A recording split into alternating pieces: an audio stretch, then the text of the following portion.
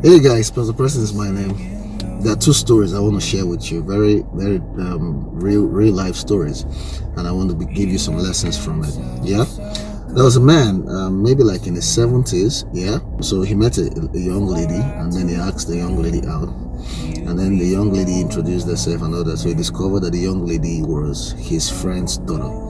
So he said, "Oh, I'm sorry, I can't go out with you because you're my friend's daughter." So the lady now said to him, "Why are you asking the young lady out and you have a wife, supposedly?"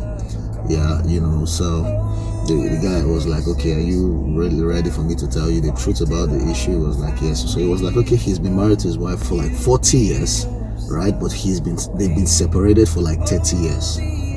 So the lady was ready to hear more. He now said, "Well, what happened was they just saw that things were not working again and all that, so they've been separated.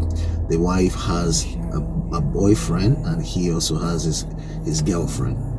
So the lady was not like, so why are you guys living together and all that?" So it was like, "Yeah, we have to live together because of the children, and then of course for what the society thinks about us and all that.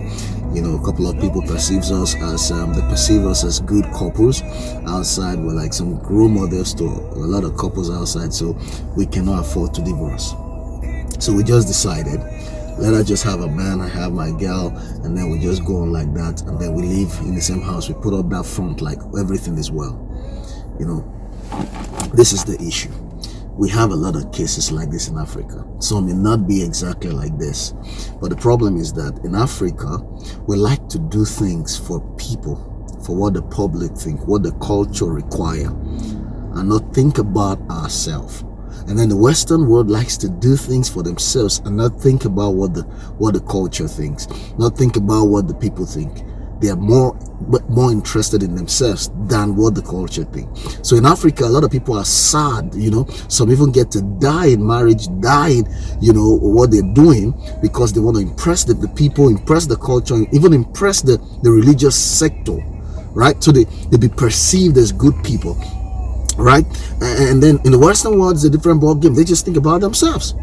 Yeah, so they just think they want to be happy. So the black man is not happy, but he's trying to make every other person happy, right? And the white man doesn't care what every other person thinks, but he just wants to make himself happy. Very important.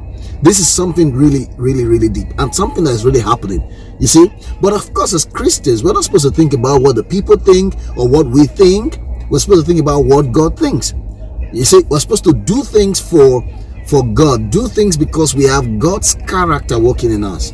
Glory to God, somebody. So if God says get out, get out. If God says stay in. If God says, just live your life as the word of God reveals, as the Spirit of God works in you. He says, as men that are led by the Spirit of God, they are the sons of God. A lot of Africans are led by society, led by culture and all that. Interestingly, even some Christian brothers, you see, they are led by religion or led by culture. We have cultural Christians who just want to run life in a certain way.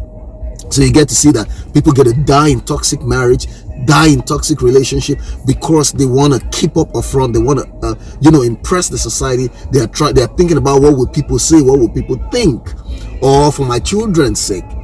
Listen here, well, if they're grown, they're going to sort themselves out. They're going to raise their own family. And I need to say this, that someone is divorced does not make him bad. There's some people who are still married who are even bad than people who are divorced. They're divorced because it just did not work, or they don't have enough patience to manage things, or that one got off, right, does not mean the other one is more patient, right? It might just mean that the other one, right, may not be in the same situation like it is, because every marriage is an individual fingerprint. They all just don't work the same way. They all just don't work the same. It's very important that you understand this. So don't live your life for what people think. I pray and I hope that Africa will grow to a point like that. You see someone who go to a church and he says, "Oh, what's happening? Oh, that pastor is divorced. I can't go to that church. He doesn't understand what it's about marriage. Yeah, if he's divorced, he cannot pastor me. Blah blah blah. Oh, that pastor, the pastor is a lady, so I can't go to that church." But watch abroad. Someone is divorced. He has a growing church, or a lady, has a church that is growing so well because they are not traditional in their mind. They are exposed. You see, so we must think a little bit more professional as against that traditional thought. And it's so painful because you see a lot of academicians who even think this way. I'm telling you. Glory to God. The second story that I want to share with you. Very interesting story. A young lady was working with her husband, and then she met her old classmate. And then the classmate looked at her, and her classmate was like, "Whoa, you're so big now." And then the lady says, "Well, I like it like this, and my husband likes it like that." It was like, "Oh, that's fine," blah blah blah. And then they got talking and all that. And then in the course of the talk, "So, oh, have you met this lady? Oh, she's now so slim now." Then this lady now asked, "What do you really want?" "I'm too big. She's too slim. What do you really want?" You see, this is how we allow people dictate our happiness. "Oh, I'm too fat. What will they say? What will they say?" Listen to me. If you're okay with how you look, just go that way. Think about yourself more, or what God thinks more than what people think, right? Don't run your life to impress people who may not be watching you. That's why a lot of people are not happy. That's why people go kill themselves. A young man went to do an operation to, reduce his stomach, because his girlfriend, I guess, all right, was not excited with how his stomach was looking, and he died in the process. Now the question is that girl going to mourn him forever? Life continues, but you have died because you're thinking about what will people think. Think about it. I read the news, right, of a young lady who killed herself because a supposedly boyfriend did not come and celebrate Valentine with her. It was with another girl.